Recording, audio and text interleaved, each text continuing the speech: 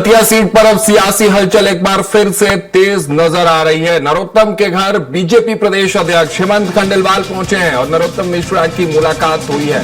दोनों नेताओं के बीच बंद कमरे में चर्चा हुई है। करीब 20 मिनट तक चर्चा हुई है। बड़ी खबर है, दतिया सीट नरोत्तम मिश्रा चुनाव हारे, उसके बाद लगातार कोशिशें भारतीय जनता पार्टी की जारी है। इस बीच जब दतिया की सीट राजेंद्र भारती की विधायकी जानने के बाद खाली हुई है, रिक्त हुई है, तब ये मुलाकात अपने आप में अहम मानी जा रही है। बंद कमरे में जब जब चर्चाएं हुई है नेताओं के बीच, तो एक अलग तस्वीर बाहर राजनीतिक गलियारों में देखने को मिली है। इस बार भी करीब 20 मिनट तक चर्चा हुई है।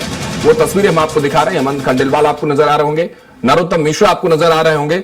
लेकिन अब दतिया सीट की कहानी और उस सियासत में किस तरह से एंट्री होगी भारतीय जनता पार्टी की, अब ये देखने वाली बात होगी। लेकिन इस बैठक को लेकर, इस चर्चा को लेकर तमाम जानकारियों के साथ हमारे सहयोगी कुमार संदीप जुड़ रहे हैं भोपाल से। उनका रुख करते हैं। संदीप, देखिए, जब जब बंद कमरे में चर्चाएं हुई हैं, किरदारों के बीच जो बात हुई है उसकी कहानी अलग निकल कर आई है। दतिया सीट अभी अपने आप में हॉट सीट बना हुआ है राजेंद्र भारती की विधायकी जाने के बाद। लेकिन इस बीच जो ये चर्चा हुई है, इस चर्चाओं के बाद सियासी गलियारों में क्या चर्चा हो रही है संदीप?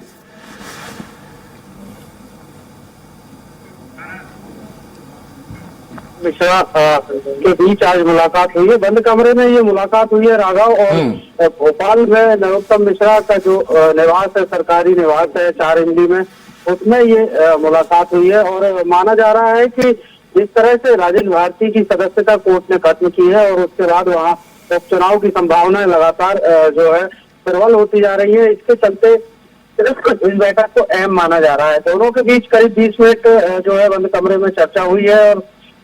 और माना जा रहा है कि जो उपचुनाव दतिया में होना है उसमें जो नरोत्तम मिश्रा हैं वो प्रबल दावेदार हैं, क्योंकि पहले भी नरोत्तम मिश्रा ही बीजेपी की तरफ से दतिया से विधानसभा चुनाव में उतरे थे। हालांकि उन्हें राजेंद्र भारती के हाथों शिकस्त का सामना करना पड़ा था। लेकिन अब एक बार फिर नए सिरे से जब विधानसभा से सदस्यता खत्म हो गई है और विधानसभा ने दतिया सीट को रिक्त घोषित कर दिया, गजट नोटिफिकेशन भी इसका हो चुका है, ऐसे में ये मुलाकात काफी बेहद अहम मानी जा रही है।